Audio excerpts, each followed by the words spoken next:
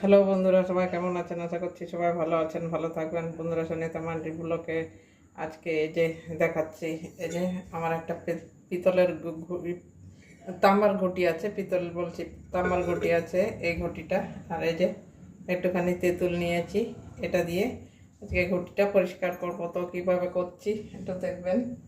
তো এই যে কত তাড়াতাড়ি পরিষ্কার হয়ে যাবে। এই যে তেঁতুলটা নিয়েছি, তেঁতুল দিয়ে অনেক দিন ব্যবহার করা হচ্ছে না ঘটিটা, যে কালো হয়ে মানে পুরো কালো হয়ে গেছে, ওই দাগ দাগ হয়ে গেছে কেমন। তো এটা আমি কয়েক মিনিটের মধ্যে পরিষ্কার করে নেব। তেঁতুলটা মাখিয়ে নিচ্ছি,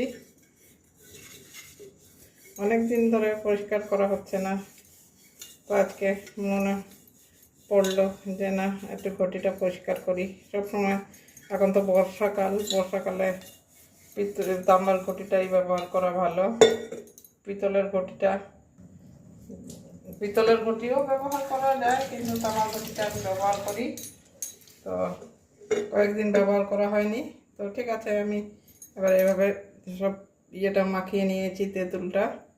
তো এক মিনিট রেখে দেবো মাখানো অবস্থায়, তারপরে আবার মাজবো। তো এই যে আমার 1 মিনিট হয়ে গেছে, মাখিয়ে রেখেছি। তো সামান্য একটুখানি মাটি নিয়েছি, এই মাটি দিয়ে, আর এই যে একটা ঘষার ব্রাশ নিয়েছি, এ দিয়ে মেজে নেব। দেখি কতটা পরিষ্কার করতে পারছি। মাটি দিয়ে এই কারণে মাজছি, এটা আমি ঠাকুরের জল টল নিয়ে আসি, ওই জন্য এটা দিয়ে আমি মাজছি। ভিম বারটা আমার এখানে নেই, আমি ভিম বারটা ছাদের উপরে, আমার ঠাকুর ঘরটা আমার উপরে, ওই জন্য।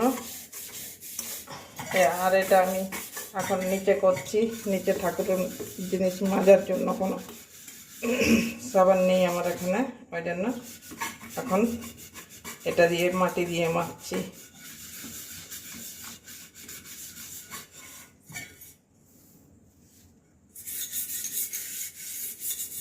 কীরকম হয়ে গেছিল কালো।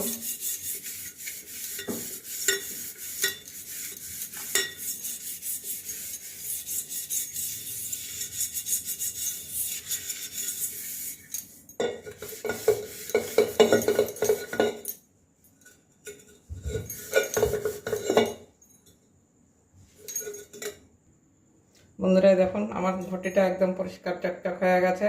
এই যে ভেতরটাও, এই যে বেশিক্ষণ লাগেনি, খুব জোর 2 মিনিট লাগলো এটা পরিষ্কার করতে। এই যে দেখুন।